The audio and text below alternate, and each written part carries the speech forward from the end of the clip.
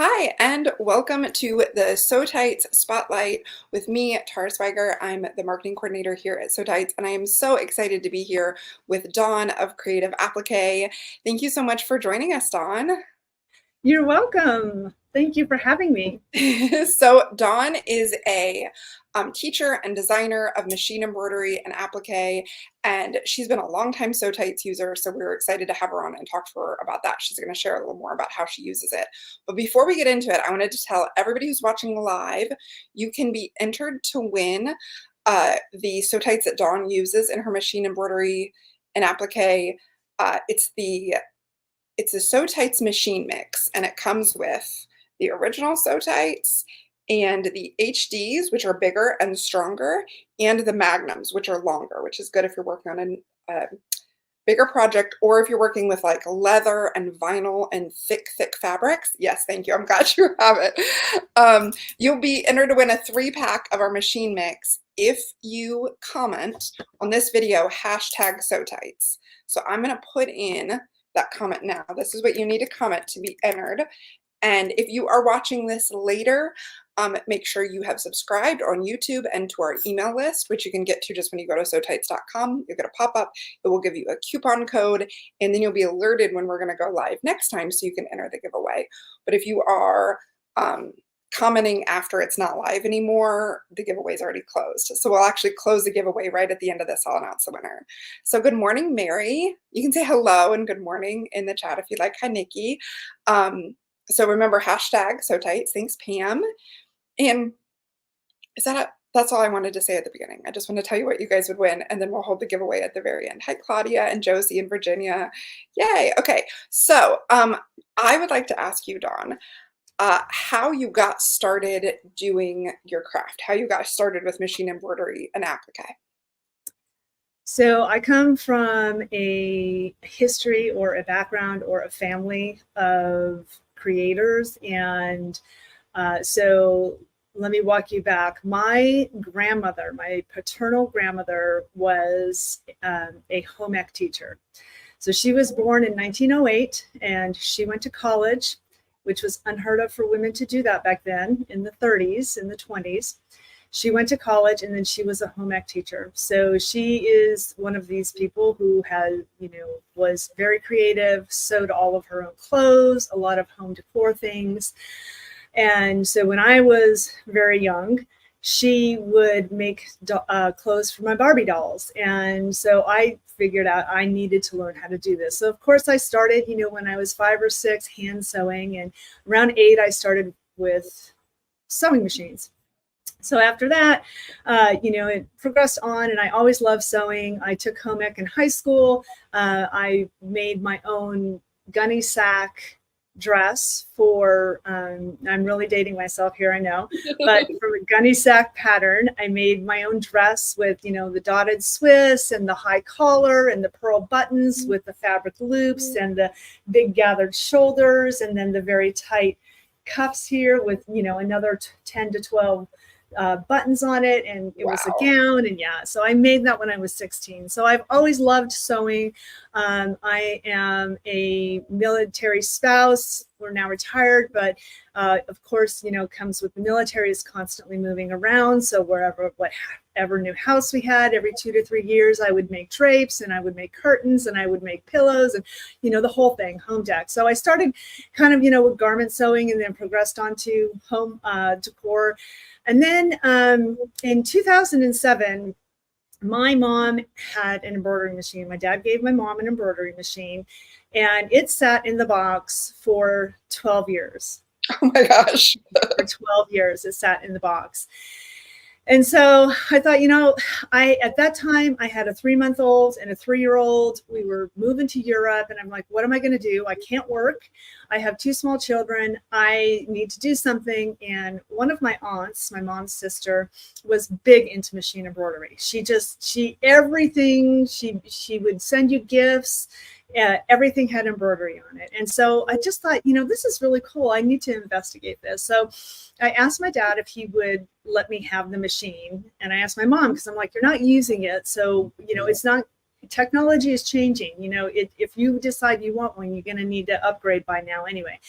So short of me signing a contract with them that I would definitely use the machine, my dad, kind of begrudgingly gave it to me. And so the moment I turned it on and the first time I stitched, I was hooked, or maybe we should say hooped, because from that moment on, everything became all about machine embroidery. And my husband even made a joke to his parents saying, from this point forward, any gift you will ever receive will be embroidered. And he did not know how true that statement really was. So, as with all creatives, we all come to the point where, if you're going to make something, right, because you want to, because you love to do it and you love to give. And so that's just kind of how it evolved. And so after we moved back to the States in 2011, I decided to open up a Etsy shop and start selling embroidered goods, monogram things, birthday shirts, those types of things. And it took off really fast. And I was getting requests from customers for designs that just weren't on the market. And one of the things that when you get into machine embroidery, you learn pretty quickly is the quality of a design. And not all designs are created equal. And so, the faster a design can stitch is optimal, regardless of whether you're doing it for a hobby or whether you're doing it for a profession, for your business. So I started playing around, tinkering around in software, and realized how much I absolutely loved it, because I love the creative process.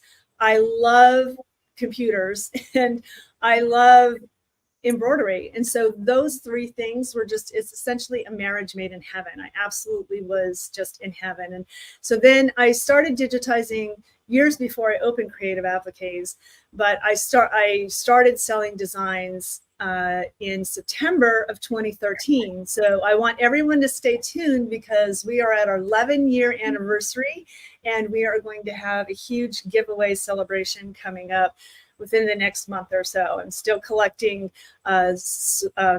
sponsors and things like that. So so it's been 11 years. It's been a wild ride, but I absolutely love it and don't have any plans anytime soon to stop. That is so awesome. That is amazing. And like that you've been working on it for so long too, because I think people see an established business like yours and how many designs you have and how many videos you have, and they'd be like, that, like, well, how did she get there? Right. But it's been 11 years. That's a really long-term commitment. Yeah. And also you mentioned the clothes for your Barbies with your grandma. I started sewing the exact same way. But we wouldn't sit at the machine. My grandma made bridesmaids dresses for all the girls in our small church. It was the late 80s, early 90s, and it was like sateen, pastel, big, puffy, like you mentioned, the puff sleeves kind of dresses with big bows. And so it's just a ton of fabric, and all of her leftovers, then I would hand sew little versions of the dresses for my Barbies. And so my Barbie had whatever color dress the current bride at church was into.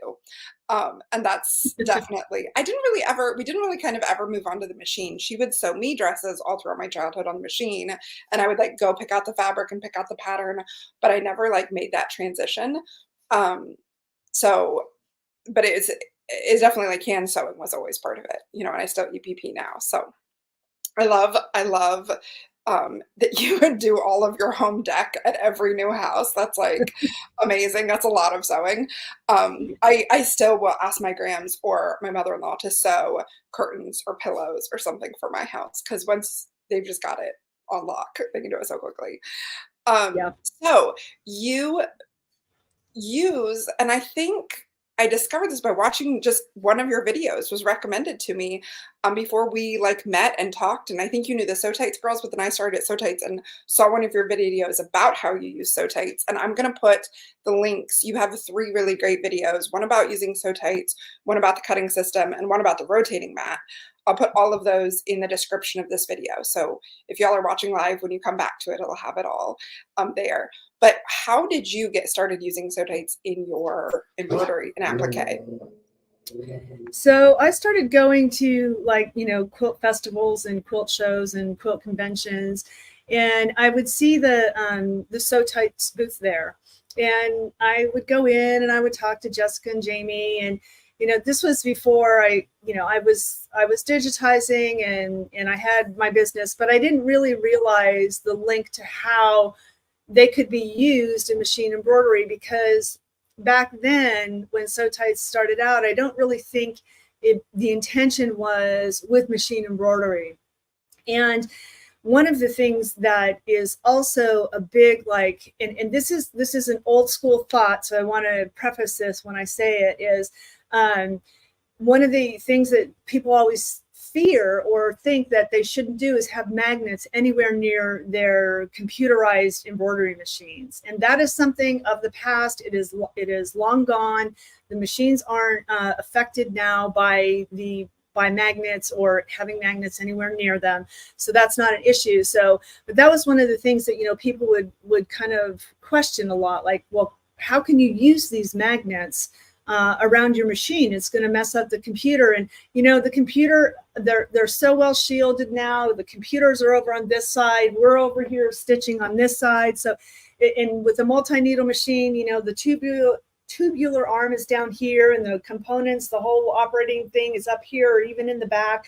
So the magnets are nowhere near the functionings of the machine. So that's not even an issue. But so I got a set. I think I got one of the originals, and as Tara showed, and I just started playing with them, and I realized this is huge, right? Like, this is something that can change machine embroidery as well. So I can show some samples if you want of how I use them and what I use them for. If you would like me to, I can do that. Yeah, absolutely. I would love to see how you use them. And the originals that you were talking about, are these. And I love that you thought it could change machine embroidery. So tell us, like, how? Like, yeah, show us. Yeah, so I'm going to flip you down to my mat so I can actually show you the samples I have here, because it's just easier than trying to hold them up. Yeah. So here's an array of the ones that I typically use, and I will use different ones. Well, this I use, actually, we'll talk about this in a little bit. Remind me of that. Okay. Tara, remind me. Okay, so these are the ones I typically use. And the thing about the Sew Tite magnets, you wonder, well, why do we have just all the different colors? What are the colors about? And what the colors are about are they're different magnets that have different strengths in them. So one of the things when you go to the Sew Tites website and you're like, I have no idea where to even begin, because they have specific ones for English paper piecing. They have ones for machine embroidery. They have ones for bag making. They have ones for long arming. So there's a vast array of the different magnets that they have with different strengths of the magnets. And that's one thing that you want to kind of be aware of when you're doing machine embroidery. Also on the Sew Tites website, they do tell you which ones are used with which types of projects, but it's also something that you'll want to experiment with, or be aware of what projects you're doing that you're going to use the magnets with.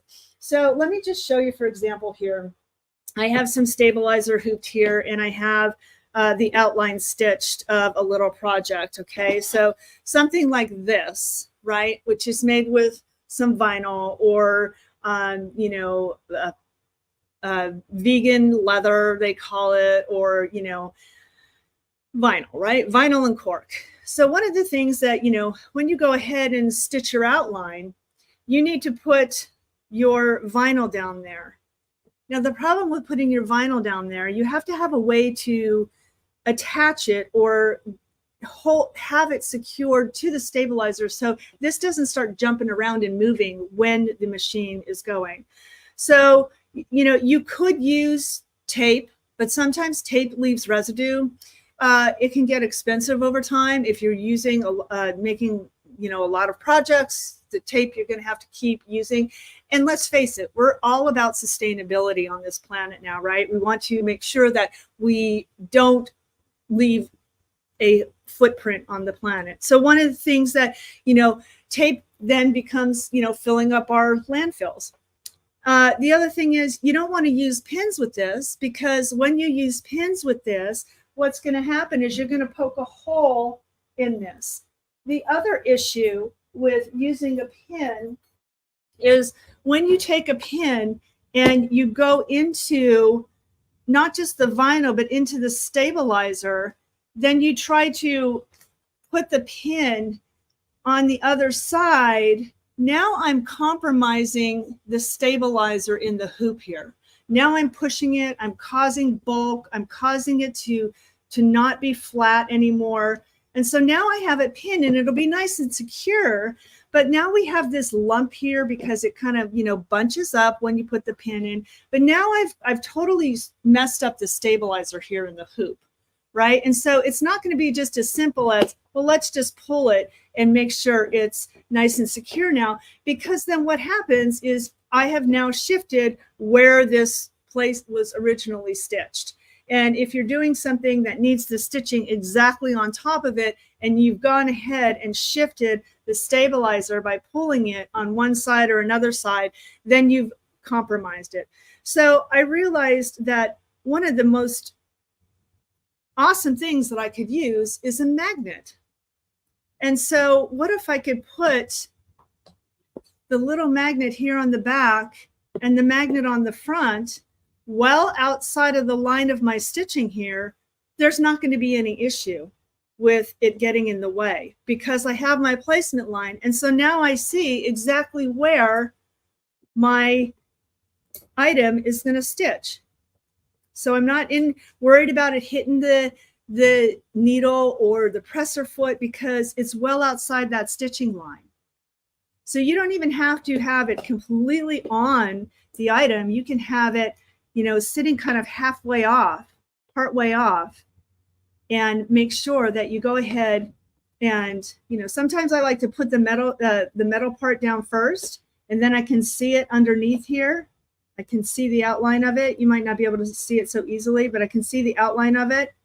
And then I'll put this on top. So then that way it's not trying to find it on the backside. But the pieces of metal that are part of these magnets are so thin that they don't get in the way of the needle plate, the metal part of your machine. And so I have had zero issues with this being on the back side. Let's see. So, pins, right? You don't want to pin through this. Tape gets expensive, fills up our landfill. That's, something that we kind of want to be conscious of with our beautiful Mother Earth. So there's one example. Another example is if you have a magnetic hoop like this, right? This is a magnetic hoop from Designs and Machine Embroidery. And say you're doing one of the, in the hoop mini quilts, right? You're making something like this and you need to put some batting down. Well, when we put batting down with tape, the tape gets caught in it and it gets to be a mess. So you could put your batting here and put the magnets right on the hoop. Now, when I do this, I like to put my fingers in here so it gives a little bit of a give. So I'm not pulling it so tight that if it goes ahead and tries to stitch on that, it's going to pull it all wonky. So I like to just put my fingers in there a little bit and make sure that I've got a little bit, give in here as if it were flat. And then just put the magnets around here, just like that. And then it's going to hold it for me. So I don't have to tape it. I don't have to get in there with my fingers, get in there with a stiletto, hold it with, stop the machine, back it up, rip out some stitches, if it gets caught or whatever, and start stitching again. Also, with this magnetic hoop, which I absolutely love, the same issue is going to happen if you try to pin it as well, right? Because it's then going to compromise pushing that stabilizer. Anything that we can do to prevent moving or shifting that stabilizer in the hoop is going to help you get exceptional results. And then the last one I want to show you here that I have as well, those are both single needle hoops. This is a multi-needle hoop right here. This is a magnetic hoop as well. And so one of the things that, if you go ahead and you're stitching something like you're say you've got a terry cloth towel in here, or something of that nature, even a knit shirt, right? On knit shirts, I always use a water soluble topper like this.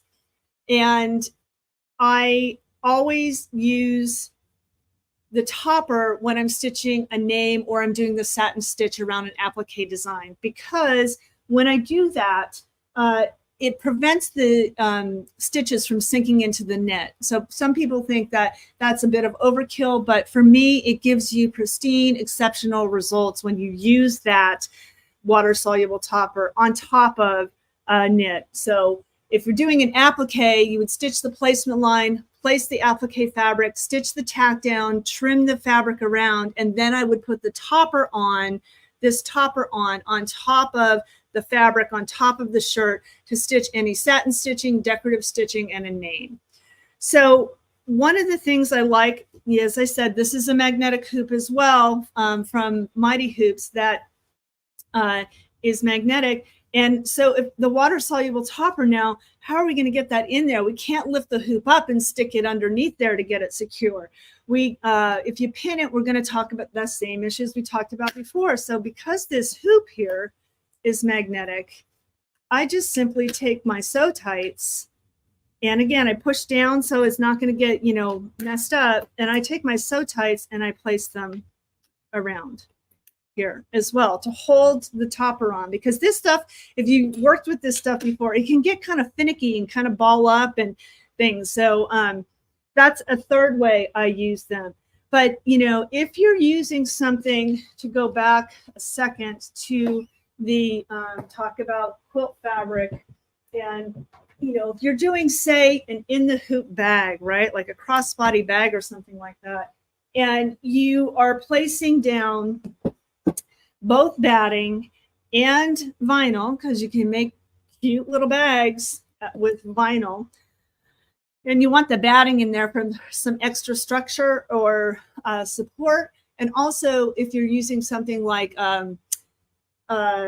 soft and stable, or that type of foam stuff for your bags, then sometimes the smaller magnets aren't going to be thick enough to hold it in place. So that's when you want to be using a stronger magnet, such as this one, to be able to hold it in the hoop.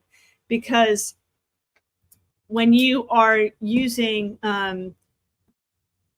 the smaller magnets, these thinner magnets, as I mentioned earlier, the magnets are different strengths.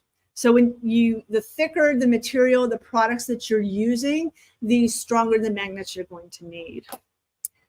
So there's a little smattering of things I do when I'm using the magnets. That was so helpful. That was amazing. And so many comments saying they absolutely love all those tips. That's so helpful to see.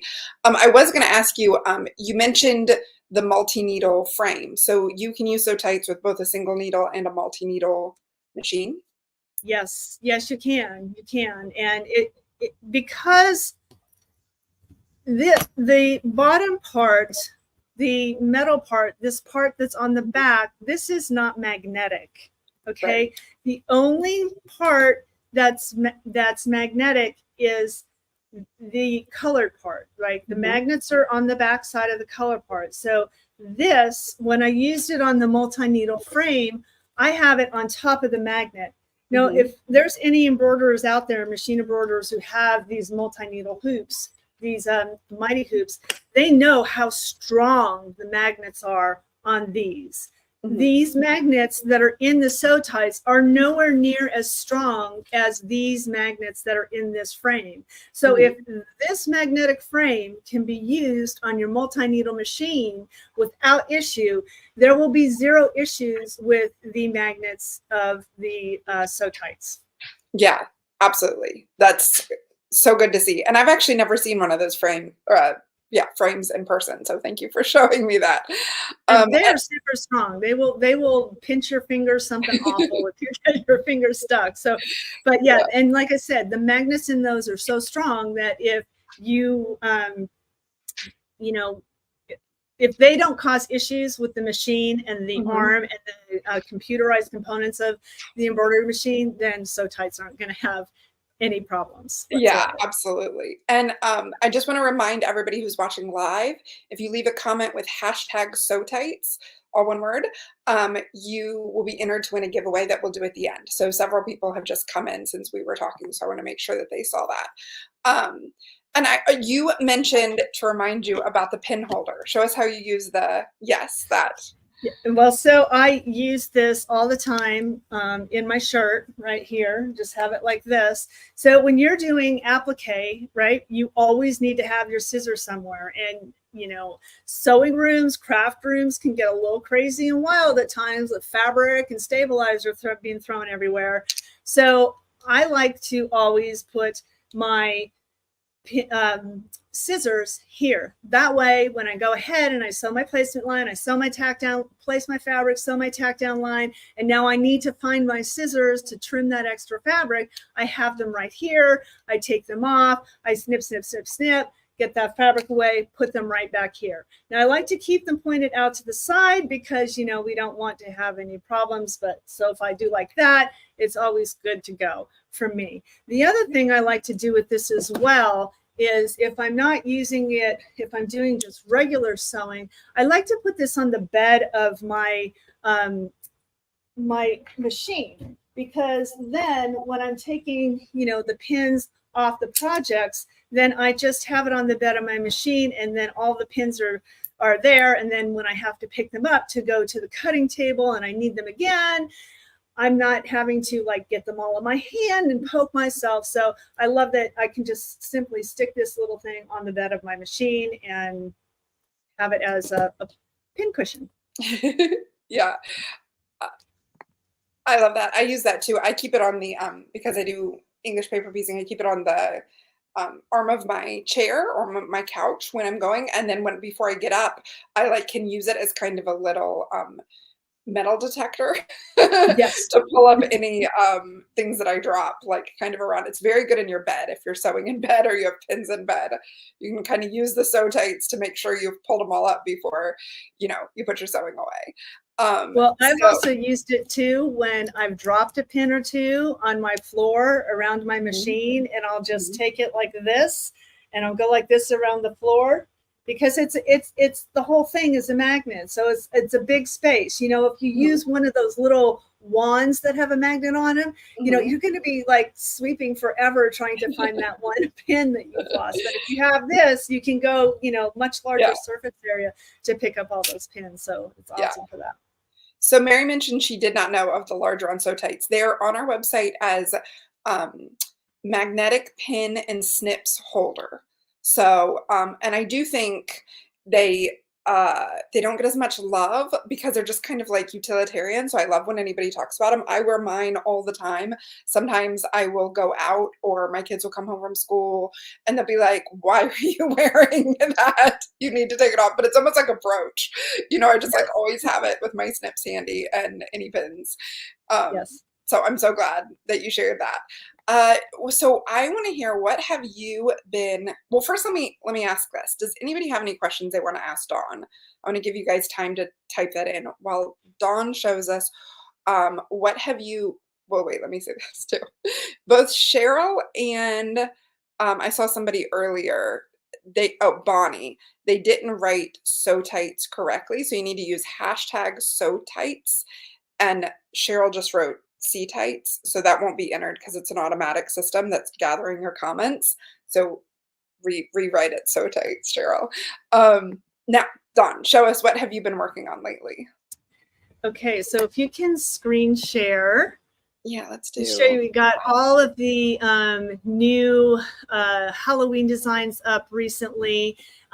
Some cute in the hoop projects, like these little Halloween coasters here that are perfect for, you know, having on your table if you're having a Halloween themed party or get together, or you just love Halloween, right? And these are perfect to hold, the fabric and the batting in place. And then when you put the back on to be able, the Sew Tites are perfect for holding all that in place. We've got little candy bags, and we've got pennants and candy bags here, and then a bunch of appliques that are, all Halloween themed, monogram designs. But the Sew Tites can be used with all of these, because even when you put your fabric down, you need a way to hold the fabric in place, to hold it there nice and secure and not move around or shift, not get your fingers in there, because, being part of this Sew Through the Finger Club is not a badge of honor, I tell you. And it's not a lot of fun. So been there, done that, don't want to do that again. That's a whole bunch of new designs that we have on the website. I think it's over 60 new Halloween and fall themed designs that are there now. Oh my gosh, that is so many. You've been working on that for so long. I love those. My kids are at the age where they're just like super into Halloween this year. And Let's Be Frank, Frankenstein, I Want Some Candy. My son would go crazy for that. That is so cute. Yeah. I think what you're telling me is I need to get a machine embroidery, an embroidery machine. Yeah, I heard you say that when you were talking with Becky Thompson a couple of weeks ago, and I was just like, oh, come on, Tara, we need to get you on board here. But you know what? Once you get into machine embroidery, I mean, a whole new world opens up. Yeah, well, and it would be for work. So I think it's just like a work expense, but I have 4 small kids and a not big house, so I'm not even sure where the machine would go. But one day, maybe I'll have a studio with a gorgeous backdrop like you have. I love that. Laura says so many cute designs. I love it. Thank you for sharing those with us, Dawn. Thank you. Absolutely. If anybody has any questions for Dawn about how she uses Sew Tites, about machine embroidery, anything you want to ask while we have her live, type it into the comments. I think I'm going to go over and draw the giveaway. So let me pull up the giveaway screen while you all are putting any questions. Does everybody have their hashtag Sew Tites in already? That's the only way you get entered, if you put your hashtag Sew Tites. Yep, it looks like we have about as many entries as I would expect. So share screen. Okay. This is always a little. Okay, so let's draw.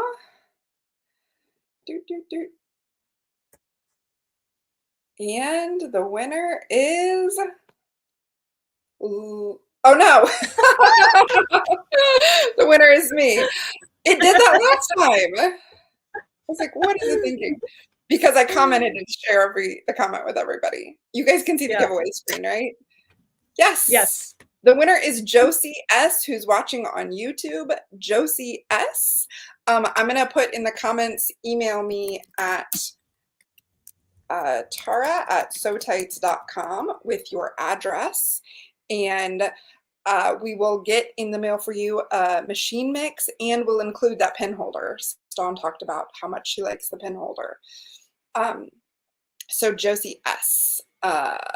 Yes, congratulations. Everybody's saying congratulations. Yes, congratulations. Email me, and if you can't, remember that info@sewtites.com always works too. I should probably say that. You're welcome, Lily says thank you. Let's pull that screen down. Laura had a question, and she said, so you can attach Sew Tites while doing embroidery? Yes, you can. I showed a bunch of samples earlier in the show. So this is recorded, and it's going to be on YouTube on both Sew Tites and my Creative Appliques YouTube channel and Facebook page. So you can go there and rewatch it and see exactly how I have used Sew Tites with my machine embroidery. Yeah, and she showed how she like centers it and holds them, and then you just take that right to your machine, right? Just like the next step is it just goes to your machine like that. I think that's what confuses some people. Rhonda asked, how do we order them? You go to SewTites.com. I'll put it in the comment. All of this will also be linked in the description. It's wherever you're watching it, it's in our profile. It's just SewTites.com. You can also find them from your local quilt shop. And if your local quilt shop doesn't carry them, you can ask them. We're distributed by Checker, and we've got a distributor in Europe and Australia. So if shipping would be a lot for to ship from our Montana warehouse, you can go to your local quilt shop. They can absolutely carry them with a local distributor. So just SewTites.com. And here is Josie says, I like the tip about using the Sew Tites for attaching the topper. Didn't know, I didn't think of that. I love that. So Yeah. I hope you guys all learned a lot. You can put what you learned in the comments to help other people find it. And Josie, I think, yes, excellent. I'm so glad that you won. Thank you so much, Dawn, for being here with me. I just really appreciate it. Absolutely. You're welcome. I enjoyed being here and was very excited that you asked. And so I was like, oh, I can't wait to share. And I know you mentioned that, I have those 3 videos, but, you can probably find me using Sew Tites in many more videos. I know there are many more videos that I have them that I've used them in as well. So it's not just those 3 are specific to the products of what are Sew Tites, what is this rotating cutting mat, and the magnetic cutting system. So those are 3 specific ones to the products, but you will see me in multiple videos using them. So it's not just in those 3 videos. Yeah. I'll go on and put one of them in the comments here for people who are like here live, and then they'll also be in the description. But Randy asked, if you mind to stay on and answer another question. Yeah. Randy asked, can you use Sew Tites with a Husqvarna magnetic hoop? They say not to use more than 2 of their hoops, but I don't feel that they hold tight enough. I am not familiar with that machine and that hoop, so I'm not sure. The best thing I can offer is, Tara, you can talk about the money back guarantee if you want, but the best thing I would suggest is if you're going to a local quilt show, bring your hoop, bring your embroidery hoop with you, and take it to the Sew Tites booth and try it out. I mean, make sure that Sew Tites will be at the quilt fest that you're going to. Yeah. But they travel around to a lot of places, and so that's one of the things I can suggest is maybe taking your hoop there, or if your local embroidery quilt store carries the magnets, then you can see if they would work with that. Yeah, Lee says she does use them with the Viking hoops, and what Dawn was mentioning is we do have a money back guarantee. So if you buy the Sew Tites and you aren't happy with this, you just email us info@sewtites.com. Ashley will set you up with a return and a refund. If you get the wrong strength, one of the things I wanted to mention is people ask, are they going to stick to because it's a magnet, is it going to stick to the metal faceplate of your machine? And not if you have the right strength magnet. So like Dawn mentioned, when you use a thicker fabric, like a cork or the thick vegan leather or minky, you might need a stronger magnet. But if you were using too strong of a magnet, you might feel some pull against your faceplate because the fabric plus the backing needs to be kind of like soaking up the magnet so it won't stick to your machine. So if you're using the right strength, that's why we have 4 different strengths. So if you're using very, very fine, thin material, you just need a lighter weight Sew Tite. So if you have bought the wrong strength Sew Tite, we'll refund it and send you a new one. Or, we'll let you exchange it. But also, if you're just not happy with it and you're like, this is just not for me, I don't like it, we do a money back guarantee. No fussing. We just ask you what you don't like about it, and then we immediately refund you. So it's a very easy, quick process. So there's no harm in trying it.